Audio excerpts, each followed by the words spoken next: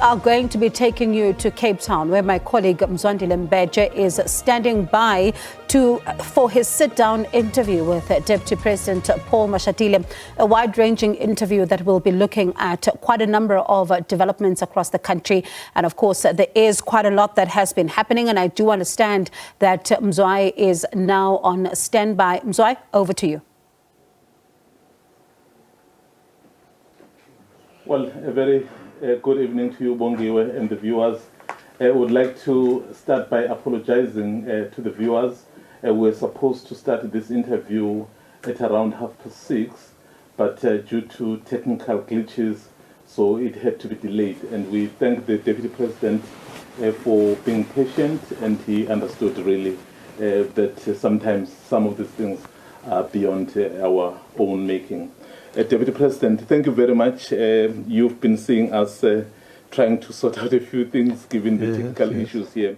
But thanks that you've been able to sit through this so we can be able to conduct this interview and talk to the nation about a wide range of issues. Well, let me thank you, Mbeje, for having made this time for me to be able to share some thoughts with our people on the work we are doing as government. So I'm pleased to be here. Well, we're not going to waste time, Deputy President, because we already have a lot to speak about, and then of course time is never enough. Maybe let me start off with you having assumed this position, I think on the 1st of February last year. Taking over from former Deputy President David Mabuza. Yes. And there were some handover reports that had to be processed between the two of you. But I think one of the things that was quite interesting before you took over, he had somehow expressed a bit of interesting views about how you were waiting on the wings. So, so how is that relationship? How did everything happen? No, well, firstly, let me say that former Deputy President Mabuza and myself are very good friends. So we talk about everything. So, you know, it was okay for him to think that maybe I was waiting on the wings. But the important thing is that as soon as I was appointed, I carried on a lot of work that was also delegated to him. Yeah. As you know, that the president delegates work, you know, to work with traditional leaders, to, you know, deal with issues of HIV and AIDS through SANAC, to be a leader of government business, and so on and so on. So a lot of the work that was delegated to him was also delegated to me. So one of the responsibilities is that you are the leader of government business. Many people don't understand exactly what that is. So what in real terms does that mean, leader of government business? The leader of government business means that you are responsible to ensure that the work of government as the executive gets carried through Parliament, because Parliament makes the laws, passes legislation. They can't do it if the executive does not bring the bills, the legislation. So the person who must make sure that that happens is the leader of government business, who must then meet with presiding officers and say, these are the bills we want to bring. And also, if there are issues the presiding officers want, they talk to the leader of government business. And what the leader of government business does is to report every time cabinets meet. So every 2 weeks when cabinet meets, I report to my colleagues on parliamentary issues. Because remember, apart from the bills, members of parliament ask questions to ministers on their work or areas of work. They also have an opportunity to ask questions to the president and the deputy president. So for all that to go smoothly, the leader of government business manages that relationship. One of the issues in the last parliament has been complaints that the ministers did not come as expected frequently enough. Do you have plans in place to try and remedy that situation? Well, indeed, it was a big challenge. I had several meetings with presiding officers, the Speaker, Chairperson of the NCOP, and we looked at a mechanism on how to manage this. And it was not because of disrespect to Parliament by members of the executive. What happened that the load of work and sometimes the clash of diaries. So I had to start managing that because Parliament or parliamentary committees will meet on a Wednesday and cabinet committees are meeting on the Wednesday and cabinet on the Wednesday. So you find clash. So we're trying to align. And then when it comes to questions as well, I created an opportunity where every cabinet meeting, I inform my colleagues about questions that are outstanding that they need to reply to. And I think we ended up, the previous administrations, the 6th administration, we ended up almost with all questions answered. But I think, is it last week or 2 weeks ago, we have seen something similar where committee had to postpone Deputy President on a very crucial issue of NSFAS because I think the Deputy Minister of Higher Education couldn't fit. Yes. So is there anything that you have done to ensure that a situation like that never happens? Because when the committee, the way they were so frustrated, you could see, they thought we're back to what they were complaining about. Yeah, in fact, they did contact me about the Deputy Minister not appearing. And I immediately attended to that matter to say to the Deputy Minister, we have to respect parliamentary processes. Obviously, Deputy Minister or Minister will give you reasons why they were not able to go, but they now know that it's a priority to appear before committees of Parliament, to answer questions. Where you can't, you need to give good explanation so that Parliament must not feel that they are disrespected by the executive.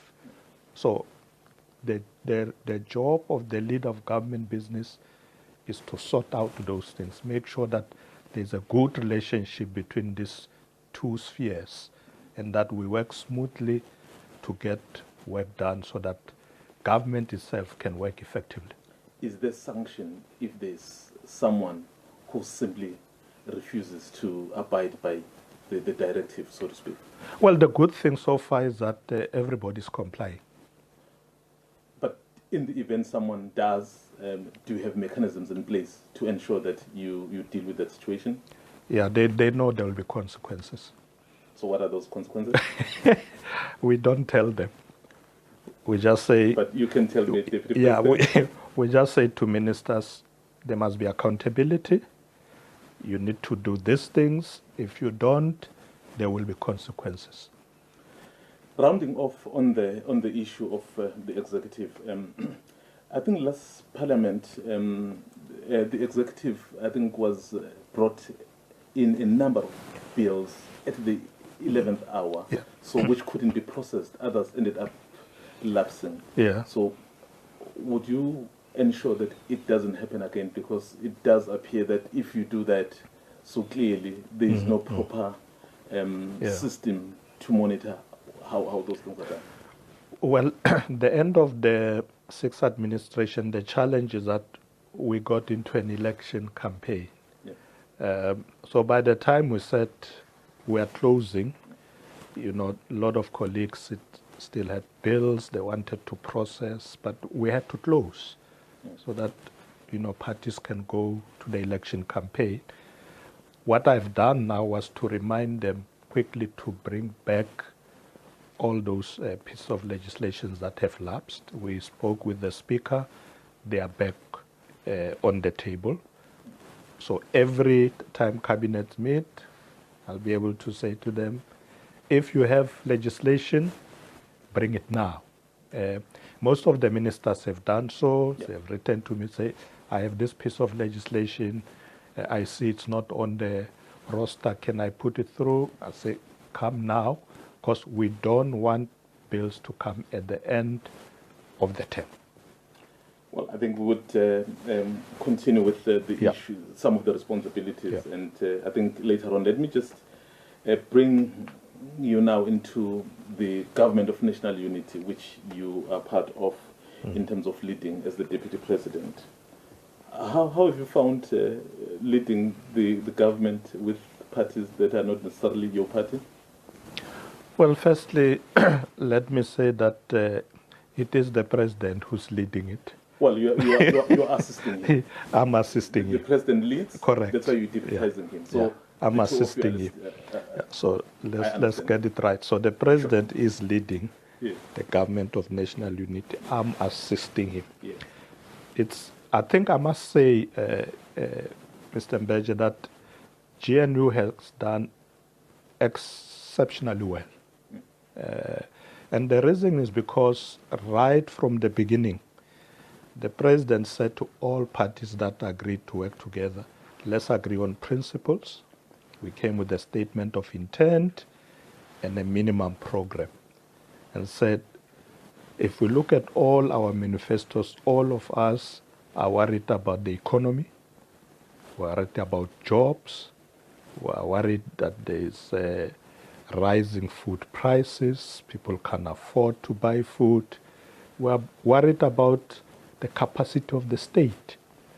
So let's sort out those things. And everybody agreed that what we need is in this country is inclusive growth. Inclusive growth, but the growth that creates jobs for people. We agreed. Cost of living. Let's address this problem to ensure that people can afford, so that there can be stability, proper social wage. But let's make the state to work. Let's professionalize the public service. Let's make sure that we have a government that is capable. So today, when you talk about the GNU, we call it a government at work. So that's the government we are leading with the president, as I said, is doing exceptionally well. The GNU, obviously, it's somewhere it's being contested. Yeah. But was it the best option that perhaps you, as the as the majority party in terms of the elections, was it the best option you could go for? Why didn't you perhaps choose the coalition, or perhaps working with the so-called leftist organizations? Given that, maybe before you answer, Deputy President, given that the ANC has always fashioned itself as a disciplined force of the left. We looked at a number of options and experiences of other countries. There is what is called Grand Coalition, where maybe two parties come together. There's also minority government, where, a party with a bigger number work with a few others, and they can constitute government. Normally not very stable. And then we looked at the government of national unity. The advantage with that was that you could invite everybody. But what we did, if you look at the work that my party, the ANC, did, was to set up a negotiating team that met with everybody. I think at the time we concluded we had met 18 political parties, and 11 of them agreed to come to the party, to work together. There's one that later resigned. But those parties then were able to constitute a majority that could take the process forward. I think at the moment, if you look at the parties in the GNU, they constitute about 78%. So it's good enough. So we could have gone either of the options, but GNU gives us a much better stability. Given your inclination towards the left, would it not have been better, perhaps, to work with a party like the EFF or even the MK? Well, the so-called left parties were given the first priority, in fact. Our negotiating team met with the EFF 4 times, with MK Party maybe 3 times. They chose not to come in. So it's not true that we ignored them or isolated them. In fact, they were our first priority. That's because, as you say, you know, they come from our ranks. So it was going to be easy, but we didn't agree on some of the conditions they were putting forward.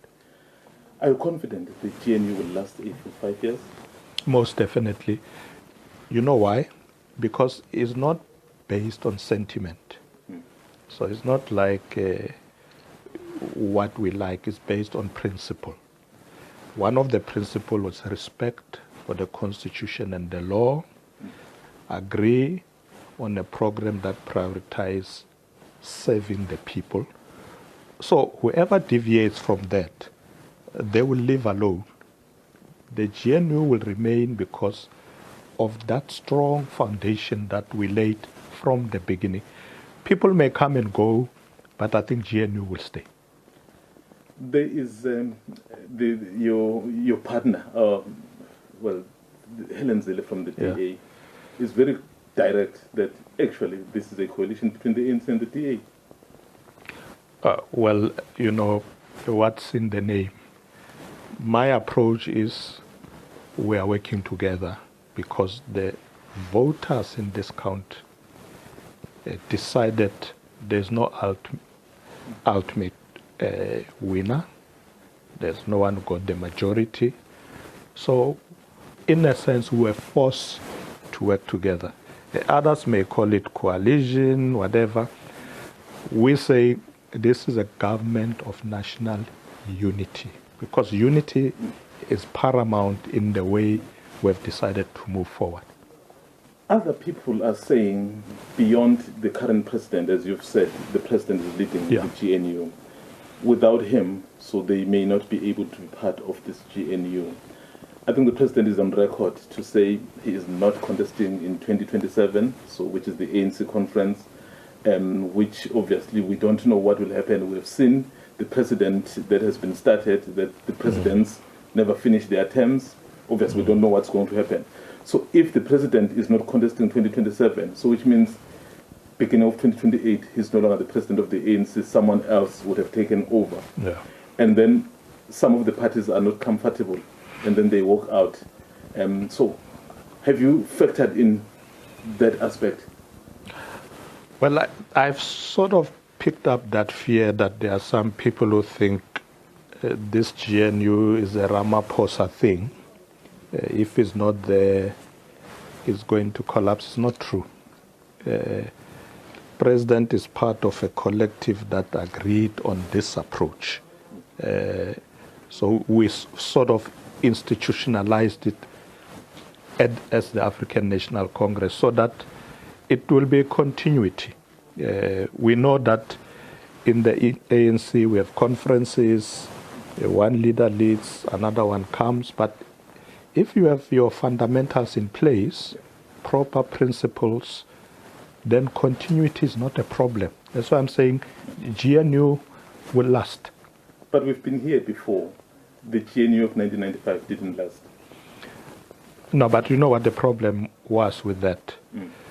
The GNU of 1994 was based on people invited by the African National Congress when in fact it didn't need to. Because remember the time the ANC enjoyed 65% of, but President Mandela felt, you know, we come from this apartheid thing, let's go with everybody. They then felt that we are swallowing them. So they left. So I do hope there's nobody in this GNU who think they are being swallowed. Because if they think so, they will get scared and they may want to jump. But there are other people who are waiting at the door. So I'm saying to my partners in the GNU, stay. Because if you jump, you may disappear alone, because there are other people who are knocking.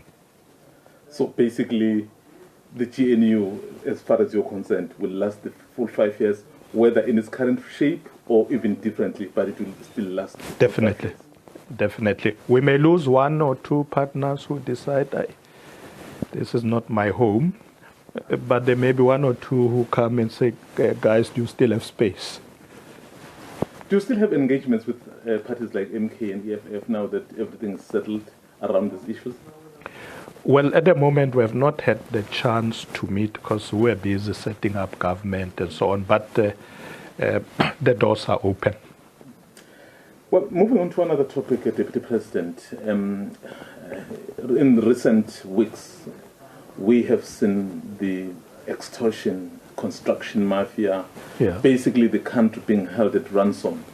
And people are looking out for leadership because you can't develop as a country when you have people who hold the country to ransom.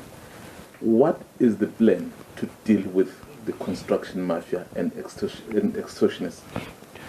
Well, I'm currently the chairperson of the JCPS, there's Justice Crime Prevention cluster, and that cluster brings in the police, the defense force, and various other departments. We will be meeting later this week to receive a consolidated plan from the Minister of Police. You'll remember that last week, if I'm correct, the Minister of Police presented a statement in the National Assembly to say we are prioritizing dealing with these crimes. That's the construction mafia, extortion, but he then said, I'm going to present a plan to Cabinet. The Cabinet met, looked at it and agreed that the JCPS cluster should finalize it because we want to bring all elements. It must be the whole of government approach, which will then involve provinces and local government, including your metropolis, will be brought in, so that it's a very consolidated approach that leaves no other security force behind. We move all together. Well, let me stop you there, Deputy President, to afford some commercial break. We'll continue our engagement as you deal with this important matter of construction mafia. So we'll be right back with the Deputy President.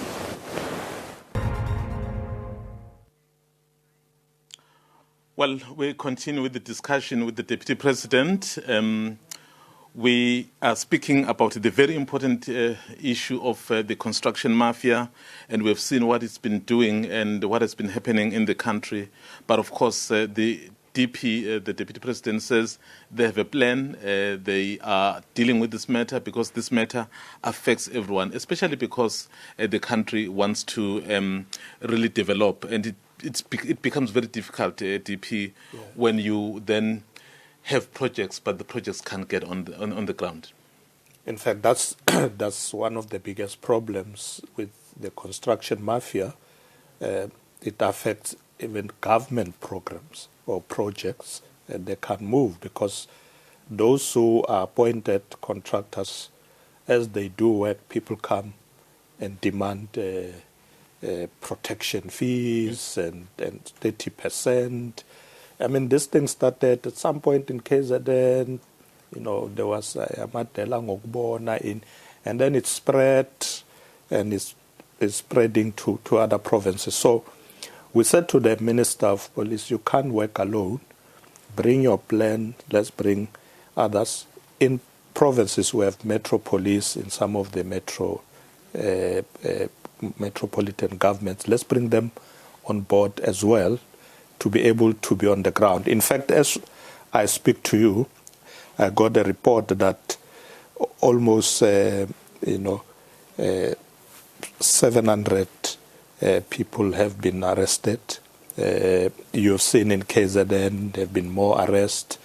And there have been a challenge because the criminals have become so brazen and we have an unfortunate situation that they shoot at police without blinking. So we're saying to the police, we need to strengthen them so that they don't die in the line of fire when they have their own pistols. They must weigh the situation.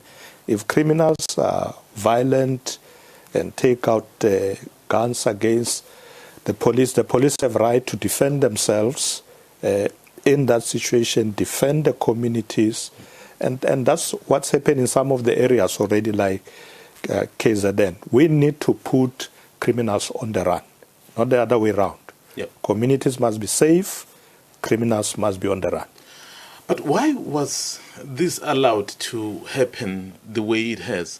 I mean, you have just said it yourself, DP, that it started as something small, perhaps somewhere in KZN, and then now it's a phenomenon in the country, and it's very difficult to control.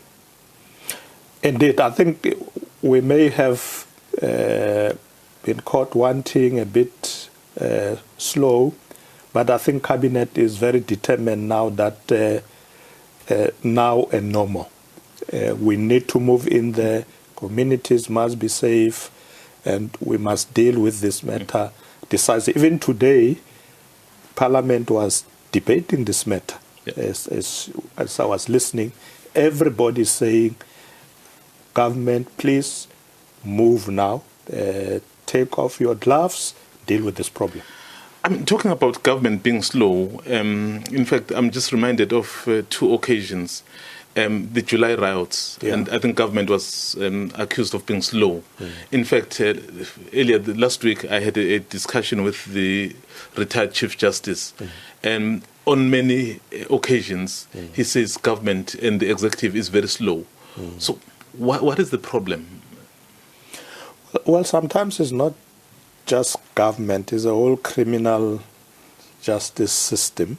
I mean, I have situations where police says, well, we arrested criminals, and then, before you think of it, they get bail, they are back in the street. So we need to overhaul the whole criminal justice system. That government that is responsible for policing and security broadly have to effect arrests, make sure that there's visible policing. But when people are arrested in the courts, it must not be easy for them to get bail and go out. They must be sent to prison. Talking about the criminal justice system, and currently we have the Justice Minister who is facing allegations, and I know that the President has requested a report. Yeah. But given the challenges that the criminal justice system is going through right now, it does, I think, dent the confidence of the criminal justice system. Would you agree with me? Well, what the minister has done, if you noticed, she subjected herself to due process. She came to Parliament to explain herself. Yesterday, the Secretary General indicated that she's also agreed to go before the Integrity Commission. She will also meet with the President. The President is back in the country. So my position is that let's allow that due process to take place so that the matter is dealt with properly. Because there are people who are saying, do I agree, she must step aside and so on. And my approach is always, let there be fairness, due process, because she also deserves justice. So how would you have handled it if you were in a position perhaps of the President? Well, at the moment, I don't know all the facts because the facts are going to the President. My approach would be, it's always important to be fair. Even when we deal with difficult matters, let's not rush. It's easy to prosecute someone publicly. The media is good at that. They find you guilty just now. Let's look at the facts. Let somebody present everything. The verdict will come. The retired Chief Justice said, given what is happening currently and the lack of urgency in attending to the recommendations is actually ripe for a recurrence of another state capture? Well, as far as I know, once the commission was appointed, which many people call it the Zondo Commission, the reason why it was appointed was because we decided that we have to deal with state capture. So we need the commission to investigate, come back, and they did. They came with recommendation. Those recommendations, as we speak, are being implemented. It may be that the Chief Justice, former Chief Justice, thought we didn't move fast enough. But as we speak, a lot of structures have been set up, anti-corruption plans, the NPA is looking at cases, and so on. So the work is happening. But there are still people implicated who are not only in Parliament, but also in Cabinet. Well, implications will always be there. The authorities that have the responsibility to deal with the matters, they must deal with. I haven't had anybody, whether in Parliament or Cabinet, saying, I refuse to be processed. Yeah, but does that, Deputy President, not then undermine the confidence of the people, particularly of someone who chaired that commission? He is very public about it, to say, I'm very disappointed by what I'm seeing. There are recommendations. The executive is very slow. No, with the Zondo Commission, those things that have gone to other agencies like NPA or SIU, it's upon them to act. They don't have to wait for the executive. The responsibility is with them. I think a few weeks ago, you said, I think at the NCOP, you said we need to have cleaner towns and cleaner cities so that we are able to attract investments. Yeah. How do you think we'll be able to achieve that, and why now? In fact, one of the responsibilities that the President gave me was to look at service delivery challenges. You've seen I've been going around the country. Just on Friday I was in Guyana and so on. So when I do that, I work with the ministers in those portfolios. I've already met with Minister Hlabisa, particularly because we are worried about local government. If we are to attract investments in this country, we need to fix local government. So Minister Hlabisa has already put a program in government. We're discussing it actually in the Cabinet Committee today. He has been moving around in those municipalities, particularly those are said to be dysfunctional, so that we can fix them. I think, talking about Minister Hlabisa and Kokta, there have been so many plans, turnaround plans around local government. None of them seems to have worked. What is different about this one that Mr. Hlabisa is putting before Parliament? So, does this government have the capacity to deal with local government, given the challenges? I mean, Deputy President, I'm sure you agree with me. We can't have endless plans. The Auditor General, was scathing. At what point are we getting this right? Well, I can agree with you more. There have been a lot of plans. In fact, we were saying that ourselves, that we remember from Minister Shiteka's time, there was a turnaround strategy, Vusana Matolopa, a lot of different plans. So the President said, I need a turnaround with very clear time frames, exactly what are we going to do. And the President emphasizes, guys, as we implement these plans, let's make sure that there's accountability. Because we must not be soft on people who are not doing the right things. There must be accountability and consequences. Whether it's councillors or officials, we need to act so that we get things right. I think what worries me, DP, is that these have been allowed to happen under one party, which was the ANC. And as the ANC, when you had the entire authority on your own, so you couldn't fix it. Now you are with other people, the other parties. So is that an admission from the party that on its own, it's not capable to turn things around. Because clearly other parties may now help to stabilize it. I mean, you've just said it yourself, many plans. Now SABC is coming with a different plan. So is it an admission that perhaps the ANC on its own found it very difficult? Perhaps with other parties it will be better? Not really. You can fail even if you are with other parties. It's a question of how you plan, how you put resources. Time frames are very important, targets, and monitoring and evaluation.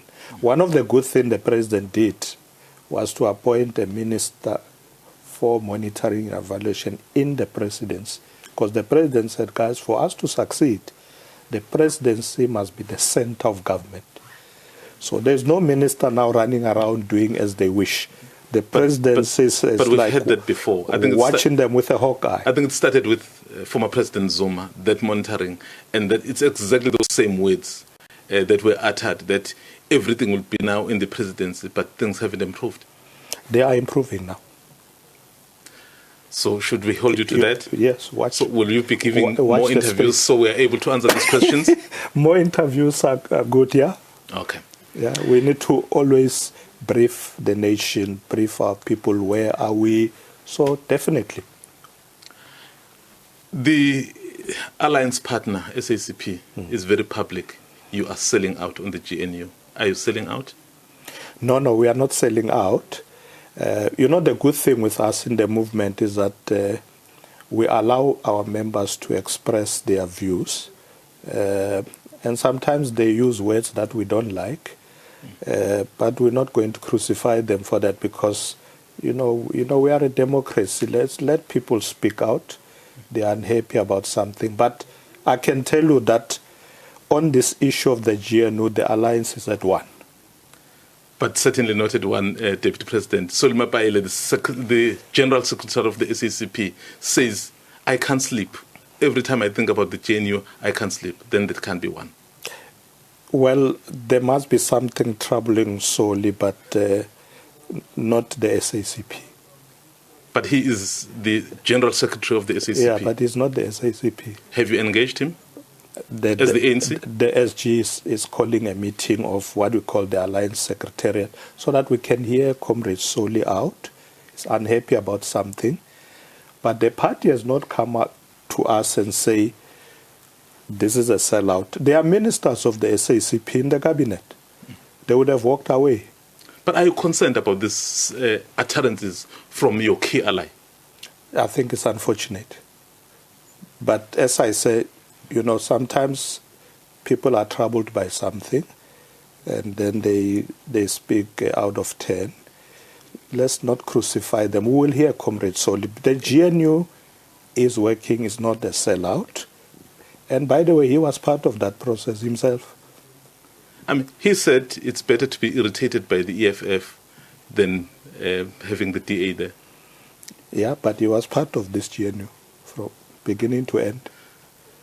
So basically, are you saying... He was irritated too late. Are you saying he is selling out himself from what he's been involved in, and then all of a sudden he's saying something else? Well, I don't know how he characterizes it, but if you are part of something, it's not wise to then stand outside and say, hey, look at what they are doing when you're actually there. There are mechanisms within the movement to come in and say, guys, let's not do it this way. Let's do it that way. We will talk to Comrade Soli. It's not all lost. Is it not the reason why the ANC has lost so many votes that there are different voices, even those who are part of the ANC are so unhappy about certain things? I mean, you are sitting at 40% from close to 60%, 57%. Yeah. So if you have people from your own speaking like this, so is it not perhaps an indictment on the ANC that something drastic must be done? Well, if you notice, this past few weeks, we've been going around in provinces. The NWC was in KZN. This weekend we're in Gauteng. And we said to the leadership, both in Gauteng and KZN, we don't just want to meet you, the top leaders. We want to meet the regions and the branches. And when we meet the branches, we want them to talk to us, to tell us where do they think we are going wrong, because that's going to help us to rebuild as we talk about renewing the ANC. Are you disbanding anyone, KZN, Gauteng? No, we're not disbanding anyone. It's important that we get to the bottom of this problem, because if we go playing game, and I was making an example in Ekurhuleni this weekend. I said to the branches, if we come here and dissolve the PEC or the REC, or you, the branches, will say you want to dissolve us, where are we going to end? Let's sit together and rebuild together. So there's no rush to dissolve anybody at the moment. We are looking at the problem and rebuild from there. Many of the branches and then the regions are going to go to conferences. I mean, you are talking about, obviously, rebuilding of the ANC. Do you see yourself part of that team that rebuilds the ANC post-2027? Do I see myself as being part of the team? Being part of the team that continues to rebuild the ANC post-2027? Remember, 2027, we're going to conference. Yes. So if I'm elected in that conference with the others, I will be part of that team. So we know that President Ramaphosa has made it clear that he is not coming back because he's served his full term. So if the branches say, Deputy President, maybe it's time for you to lead, will you accept that? I've always been ready to serve. So meaning you'll be ready to lead the ANC should they say come and lead? Yes, definitely. So then there are issues also, Deputy President, which tend to surface around your family. And at some point they were talking about the house here in Cape Town, about 37 million that was bought by a family. As you see some of those reports, what do you think should happen to families of politicians like yourself doing business with government? So what is your stance there? Are you comfortable seeing family, not necessarily your own family, family of politicians doing business with the state? Well, there are rules. One of the rules is that we should declare, right? One of the rules is that we as politicians don't do business with the state. But, you know, we've got big families, particularly as African people. You know, you have a family somewhere in KZN, they may be doing business in the municipality. I think it's going to be very difficult to stretch this too far. It's okay to say, you know, Paul Mashatile can't do business with government, or him and his wife can't do business with government. But when you stretch it to relatives, to many people... Children? What about children? Currently the rules are saying children as well must not do business with government. We accept that. It's a rule, particularly where you are operating as a leader. We avoid it at all costs. So, given that there have been those reports, so have you taken any measures to ensure that it doesn't happen? Most definitely, because remember the reports were suggesting that my children are enjoying state tenders, and that's why they can buy all these houses. And currently, you know, my children are not there. At some point, one of my sons was involved in businesses in Gauteng, but long after my time, I was not even there. But he has since moved to mining and doing other things. My son-in-law, his biggest business is not in government at all. He's been in other businesses. So to suggest that my family benefits from government tenders is far from the truth. Completely far from the truth. So I'm happy that we must remain scrutinized. Yeah. But sometimes people don't wait for the facts. Well, so why would a government official, and I know it may have to do with a choice, yeah. Why would a government official not perhaps stay in a state-funded house? Like me? Like yourself? Well, it's my choice. You know, when I was a Premier of Gauteng, there was a state house in Bryanston, which was bought during the premiers before me. I never stayed there. Don't you think that it's perhaps waste? No, it's not waste. It was used for other things. In my house, even when I was MEC in Gauteng, there's no government that put a fence in my house, no guardhouse in my house. Even now, all my houses, there's no cent from government. They just bring their police. Everything is mine. And that's my attitude. I want nothing from government. Don't want their houses, their fences. But I do my own things. But those houses, Deputy President, I mean, the OR Tambo in Pretoria, those houses are still reserved for you, and they still get taken care of, and everything's done there, but without you staying there. Is it not, in inverted commas, wasteful expenditure? I use them for meetings. I don't have to sleep there. Okay. Going towards closure, Deputy President, you've been involved in a number of initiatives, social initiatives, engaging churches. Yeah. How has that program been going? Very well. My approach is outreach. And I said to my officials, let's not spend time in offices. Let's go out. We see we've been to Jagafontein, we've been to eThekwini. This Friday we're in Giyani, looking at the water challenges, how they are being fixed, giving people time frames to say, you can't take 2 years to get water to the people. Let's fix it now. On Sunday, we visited the Shembe, the Church of the Nazareth, because one of the things the President said I must do as part of social cohesion is to work with the churches. And when I go to the churches, not just to make a speech and so, I spend time with them. I listen to their sermons. I engage with them on practical things. And you find that you go to a church, they've got practical problems like communities have. Problem of a road, this and that, and we start working with them.